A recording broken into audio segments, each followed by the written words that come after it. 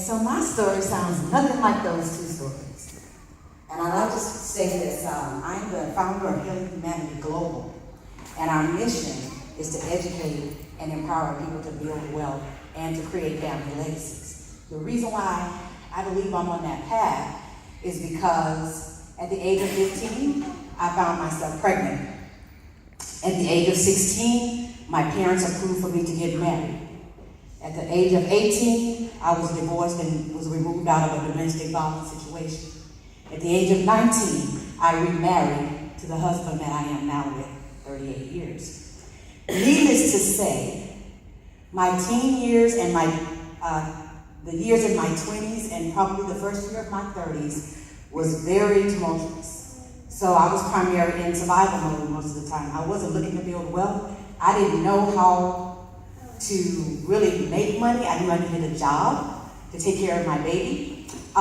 So that's why I'm very passionate about teaching people the various ways of making money, managing money, and multiplying money.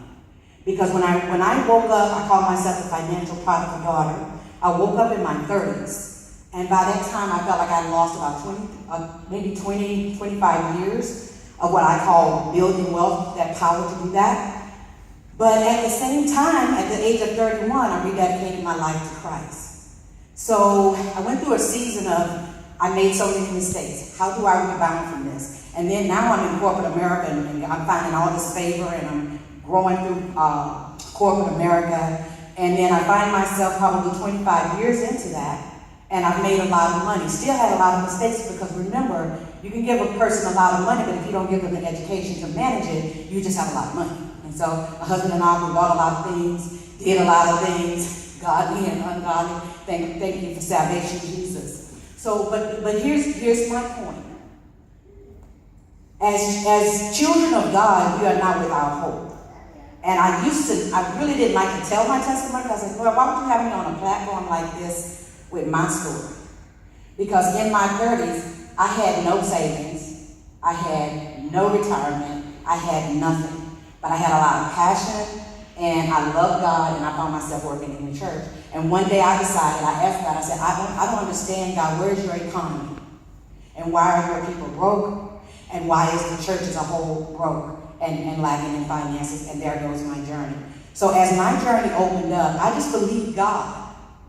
And I remember one morning, I was having one of my pity parties, guys, and what I heard God say was, your latter days would be better than your former days. I will never forget that. That's the scripture that I hold on to, or I held on to during those times of up and down and finances all over the place. So leading into my retirement, being self-employed, I have multiple businesses.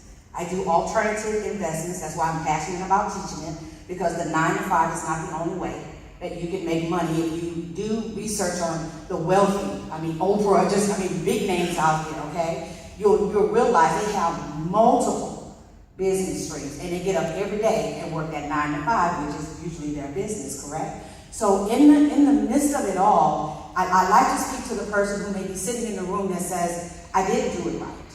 I'm in my 40s and my 50s, and I should have more money. I'm getting close to retirement, and I don't have the money for it.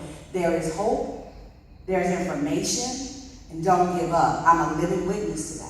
And so now I get to travel globally with this message and my testimony to give people hope that it's never too late to plan. And as believers, it's definitely never too late to plan, because with God, all things are possible. We know that word, but sometimes when we have to trust Him for it, that's a whole nother story.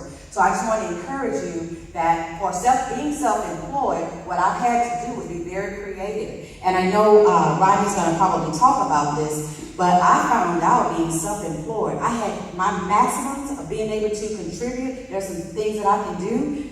The maximums that I can contribute to my retirement and being over 50 are way larger than I would have been prior to. So I'm taking advantage of that. And I thank God for the opportunity to be able to take advantage of that, so that my latter days will be better than my former days, okay? So I'm going to bring up Mr. Rogers so we can get started.